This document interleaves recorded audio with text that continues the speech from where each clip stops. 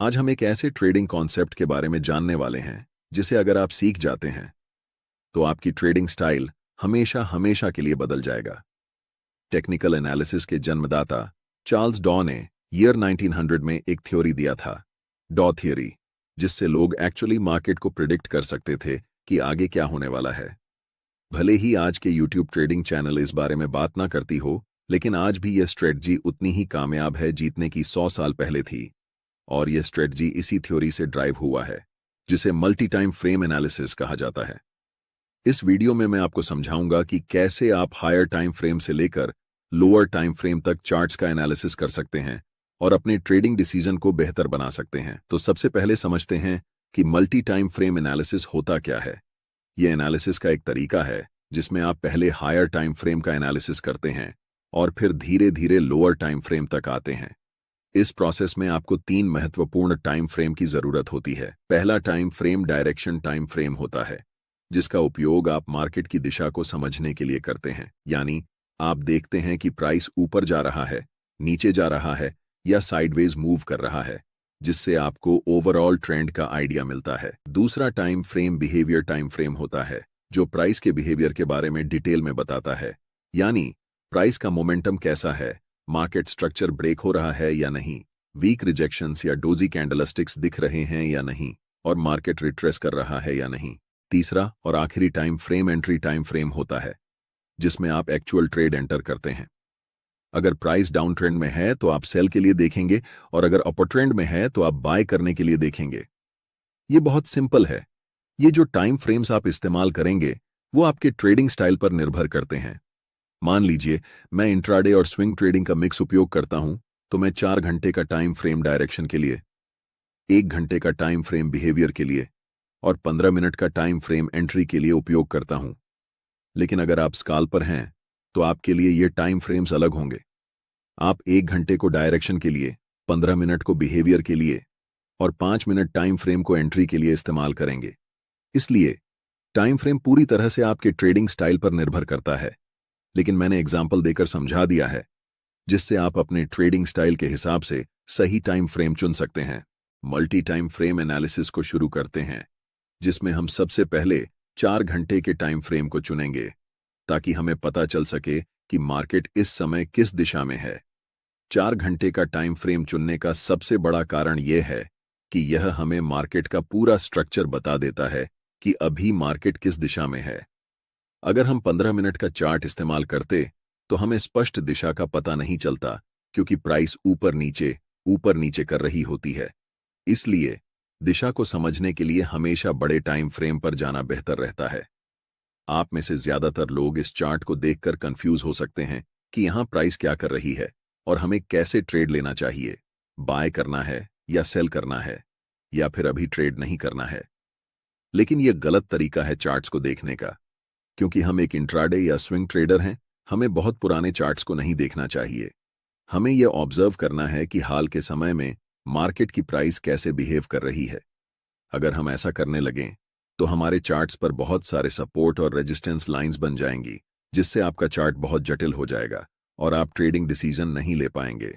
सोचिए, अगर आपके चार्ट्स पर इतनी सारी लाइंस हों तो आप कैसे समझेंगे कि इस समय प्राइस क्या कर रही है। 4 घंटे के टाइम फ्रेम में हमारा चार्ट बिल्कुल स्ट्रॉन्ग अपर ट्रेंड में दिखाई दे रहा है और इस समय प्राइस कंसोलिडेशन कर रही है।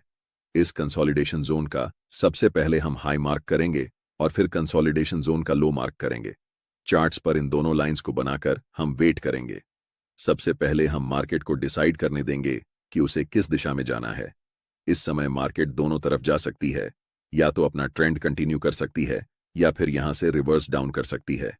अगर मैं इस समय लाइव ट्रेड में होता तो मैं पहले 4 घंटे के टाइम फ्रेम में कैंडलस्टिक को इन दोनों लाइंस के बाहर क्लोज होने का इंतजार करता। तभी हम डिसाइड करते कि हमें बाय करना है या सेल। अगले कुछ कैंडल्स में प्राइस लोअर लो के नीचे कैंडल क्लोज करती है। ऐसे समय में ज्यादातर नए ट्रेडर्स सेल पोजीशन में एंटर करते हैं। मैं चाहता हूं कि आप ध्यान से देखें कि इसके बाद प्राइस क्या करती है। अगले ही कैंडल में एक बड़ी ग्रीन बुलिश कैंडल बनती है। अब जो मैं आपको बताने वाला हूं उसे ध्यान से सुनें, क्योंकि ये चीज आपकी ट्रेडिंग स्टाइल को हमेशा के लिए बदल सकती है। मैं आपको एक सीक्रेट टिप दे रहा हूं, बिल्कुल फ्री में। अभी चार्ट्स 4 घंटे के टाइम फ्रेम में हैं और हम देख सकते हैं कि ये एक स्ट्रॉन्ग अप ट्रेंड है। लेकिन जैसे ही हम चार्ट्स को 1 घंटे के टाइम फ्रेम में बदलते हैं तो हमें दिखता है कि प्राइस धीरे धीरे नीचे की तरफ जा रही है।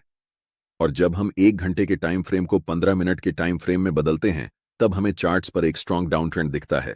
ये बात आपको कंफ्यूज कर सकती है कि 4 घंटे के टाइम फ्रेम पर प्राइस अप ट्रेंड दिखा रही है, लेकिन 1 घंटे और 15 मिनट के टाइम फ्रेम में प्राइस डाउन ट्रेंड शो कर रही है। ऐसा क्यों हो रहा है, इसे समझिए।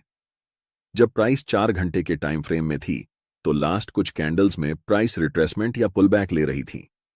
इसी पुलबैक को छोटे टाइम फ्रेम में देखने पर यह हमें डाउन ट्रेंड जैसा दिखाई देता है। एक बात हमेशा याद रखें, हायर टाइम फ्रेम हमेशा छोटे टाइम फ्रेम के ट्रेंड से ज्यादा मजबूत होता है।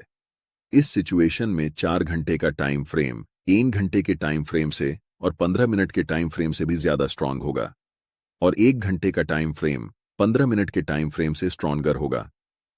इसीलिए हम ट्रेड भी उसी डायरेक्शन में लेंगे जिसमें बड़े टाइम फ्रेम का ट्रेंड चल रहा हो। चूंकि 4 घंटे के टाइम फ्रेम का ट्रेंड अप ट्रेंड है, इसलिए हम बाय पोजीशन बनाने वाले हैं। अभी चार्ट्स 15 मिनट के टाइम फ्रेम में हैं और इस चार्ट्स में हमें तुरंत बाय ट्रेड में एंट्री नहीं करनी है, क्योंकि प्राइस का मोमेंटम अभी भी डाउन साइड की तरफ ही है। पहले हम वेट करेंगे कि प्राइस 15 मिनट के टाइम फ्रेम में बियरिश से बुलिश ट्रेंड में शिफ्ट हो जाए, तभी हम बाय पोजीशन में एंट्री करेंगे। अभी तक प्राइस हमें कोई सिग्नल नहीं दे रही है कि वह बुलिश होने वाली है, इसलिए हम अभी भी इंतजार करेंगे। प्राइस इस लेवल को रीटेस्ट करने आती है, लेकिन पूरी तरह से ब्रेक नहीं कर पाती और फिर से नीचे चली जाती है। ऐसा दोबारा होता है, जिससे हमें पता चलता है कि अभी प्राइस साइडवेज हो चुकी है।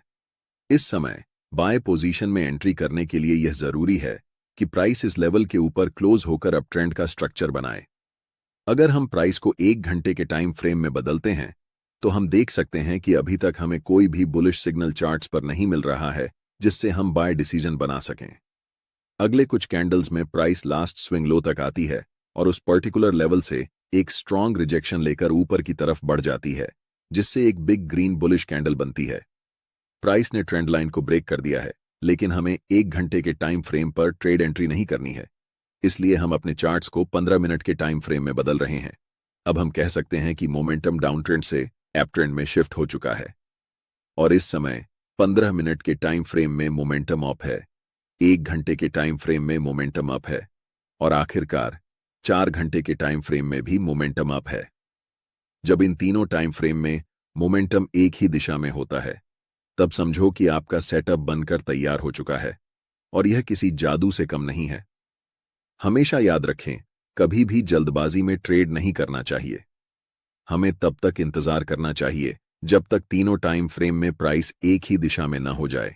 अब यहां हम बाय पोजीशन में ट्रेड में एंट्री करते हैं, ठीक इस ज्वाइंट ग्रीन कैंडल की क्लोजिंग पर, जिसमें हमारा स्टॉप लॉस ट्रेंड लाइन के थोड़े नीचे होगा।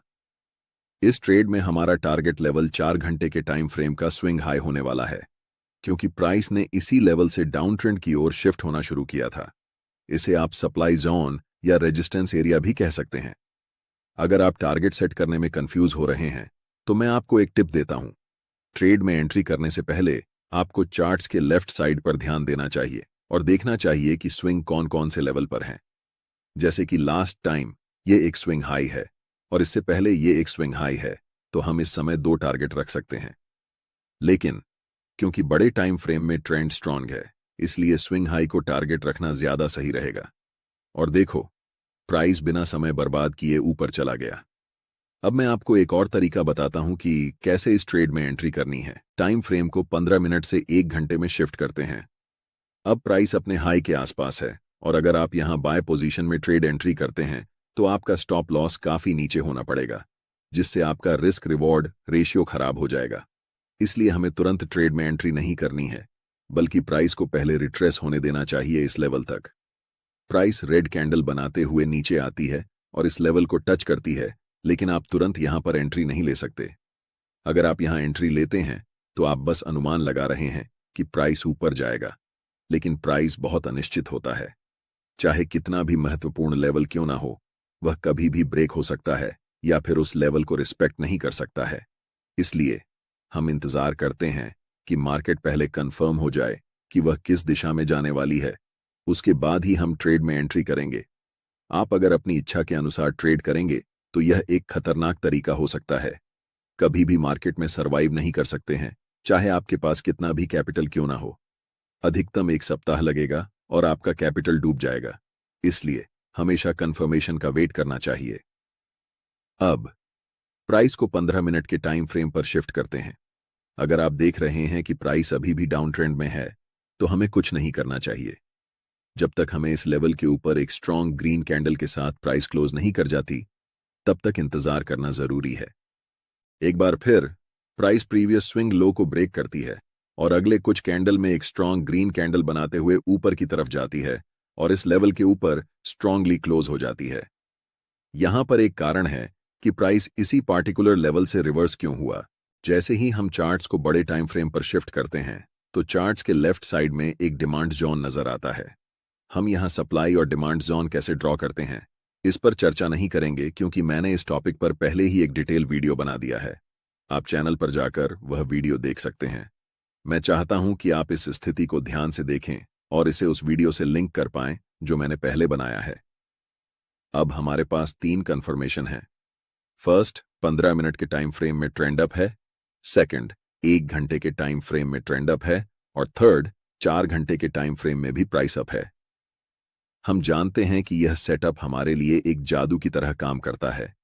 इस कैंडल की क्लोजिंग पर हम बाय ट्रेड में एंट्री करेंगे, जिसमें हमारा स्टॉप लॉस कैंडल के लो के पास होगा और take profit next swing high पर होगा। अगर हम बड़े टाइम फ्रेम पर देखें, तो ये हमारा 1 के लेवल है जहां तक प्राइस जा सकती है। आप देख सकते हैं कि प्राइस वैसा ही करता है, धीरे धीरे मार्केट स्ट्रक्चर बनाते हुए ऊपर की तरफ उस लेवल को टच करती है, जिससे हमारा टारगेट हिट हो जाता है और हम प्रॉफिट बुक कर लेते हैं। यह ट्रेडिंग स्ट्रेटेजी मेरे लिए सबसे अच्छा काम करती है क्योंकि मैं एक इंट्राडे के साथ साथ स्विंग ट्रेडर भी हूं। लेकिन जब आप इस स्ट्रेटेजी को उपयोग में लाएंगे, तो अपने ट्रेडिंग स्टाइल के अनुसार टाइम फ्रेम को चेंज कर सकते हैं।